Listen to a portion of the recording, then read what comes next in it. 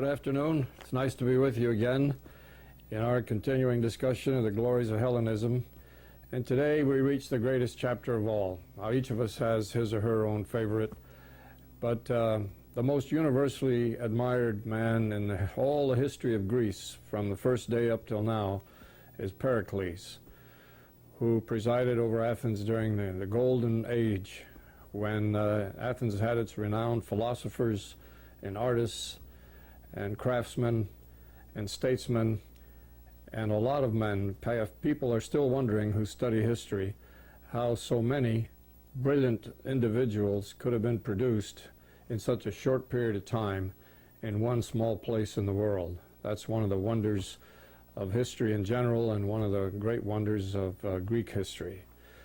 Pericles was the leader of Athens for 30 years, from 460 to 429 BC. He was a strategos, a general, and he was elected. At one time, there were 4 generals elected to rule over a period of several years to be the leaders of Athens. But his leadership was so brilliant and so dominant that he came to be the ruler of Athens during that period of time. He was a statesman, a politician, a very brilliant general as well.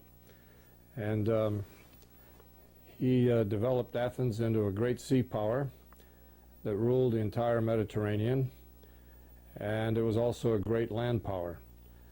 So, but he was renowned not just for military leadership, but for political leadership in ruling the very first democracy as we know it today. Now, there were others before. There was Clisthenes and others who are credited with the earliest forms of democracy, but Pericles brought it to its perfection, you might say, to its greatest level of development and cultivation. And at that time, only the males were allowed to vote. I shouldn't emphasize too much at that time, because it really wasn't until 1928, as I recall, that women were given the right to vote in Athens. So that system, unfortunately, lasted for quite a long time. But don't forget, in our own country, in the beginning, women were not allowed to vote, and we had the great suffrage movement around World War I. So we didn't get onto it nearly as early as we should have, even after all those years of history. Pericles is known for many things. For one, he's the builder of the Parthenon. Many experts tell us that the Parthenon, which sits on top of a rock in the middle of Athens, a huge rock, many experts call it the most beautiful building in the world. In its simplicity, in its measurements, in its grace, and any other way they want to measure it. The Parthenon, which was dedicated to Pallas Athena, the Virgin Queen, or goddess, I should say. To this day, it attracts many thousands of people, not only yearly, but monthly, many thousands of people to marvel at this structure, which still stands for the most part, even though it got pretty severely damaged at one time during one of the wars that went on.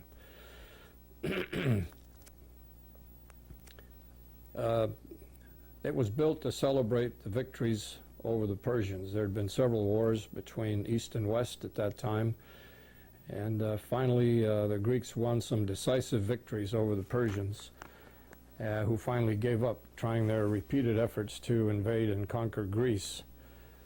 And it became the spiritual center of Athens, the intellectual center of Athens, and a marvel for the proud Athenians, who saw it every day in their daily life, and a feature that attracted many, many visitors to this day.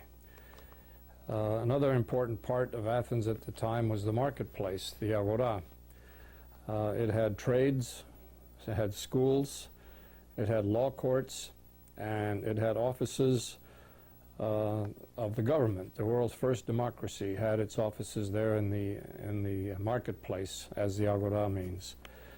It also had Pnyx Hill across the way, west of the Acropolis, and the Erechtheion, which was another building down below the Parthenon. You could see it when you stand at the Parthenon. They always take you over to one side, on the western side, to look down to see the Erechtheum. Then a lot of people go into that afterward, where the tomb of Kekrops, the first king of Greece, is supposed to be, and which was adorned at one time with gifts from Poseidon and Athena. You remember from before that those two were competitors to get the support and recognition of the Athenians. And you remember they had a contest, and they were asked to demonstrate to the Athenians what would be the advantage of having their particular choice, selection, either Athena or Poseidon.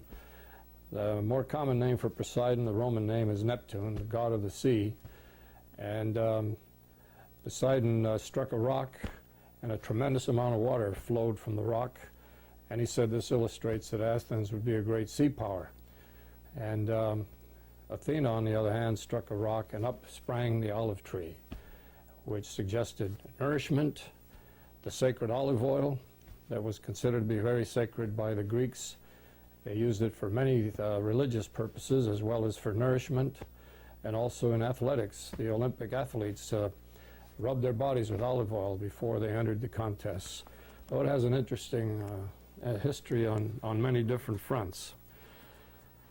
Now, the theme of the Athenians from day one was this tremendous sense of striving for excellence.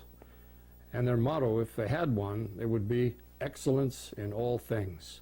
So everything they did, from youngsters, the young children were taught to strive to be the best that they could be in whatever field they competed. And of course, it was known most in athletics, but it applied to all fields. It applied to scholarship and architecture and all the other things that they did. They always strive for excellence. And I think that's one reason this was so uppermost in the minds of the ancient Greeks. That's one reason we see so many beautiful structures and statues down to this day. And most of the museums of Europe have statues that came out of Greece from that period that are marveled at by people who have no Greek history and no background in the Greek line of history, but are admirers of the great beauty, sense of beauty that was developed by the Greek sculptors and later the playwrights and others who contributed to Greek culture. The statue of Athena was one of the great wonders of the world at that time. It was 40 feet high. It was covered with gold and ivory. It faced westward, and it could be seen for miles around by the ships coming in from the sea, returning to Athens. And the three persons most responsible for the Parthenon and the statue were Ictinus, the great architect, Kallikratis, who did the decorations, and Phidias, the sculptor, who was the greatest sculptor of ancient time, who also supervised the whole thing.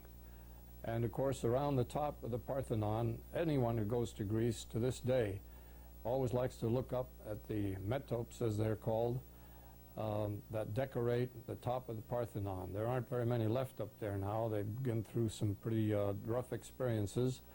But those of you who go to England, I'm sorry to say, to tell you to go to some other country other than Greece, but a large number of those metopes are displayed at the British Museum, thanks to Lord Elgin. That's why they're called the Elgin marbles. He was an English nobleman in the 19th century who actually bought them from the Turks, who had occupied Greece for 400 years. Now, of course, we contend the Turks had absolutely no right to sell those or give them away or dispose of them in any way other than leave them in the place where they were first created. But they're beautiful works of art, and they can be seen in London at the British Museum, except for the few that still remain at the top of the Parthenon. And while we're on the subject, I am one of those on record as being a strong supporter of a continuous and permanent movement in Greece and in many other parts of the world to return those marbles to Greece. Now, they're called the Elgin marbles because Lord Elgin is the one who took them down from the Acropolis and took them back to England. But they're not the Elgin marbles, they're the Parthenon marbles, and they're a wonder to behold. And it would be great if we could get more and more support of worldwide public opinion, and maybe we could persuade our friends in England to finally give up on that and have them returned to Athens. And I hope to live to see that. And if I see an announcement that the British government has decided to return those marbles and they're going to be done on a certain day, I'm going to make it my best to be there to watch them restored back to the Acropolis. So thank you very much. Time passes very quickly when you're enjoying yourself. I hope you enjoyed it as much as I did. And I look forward to seeing you next week, at the next broadcast, that is, where we can continue our discussion of the glories of Hellenism.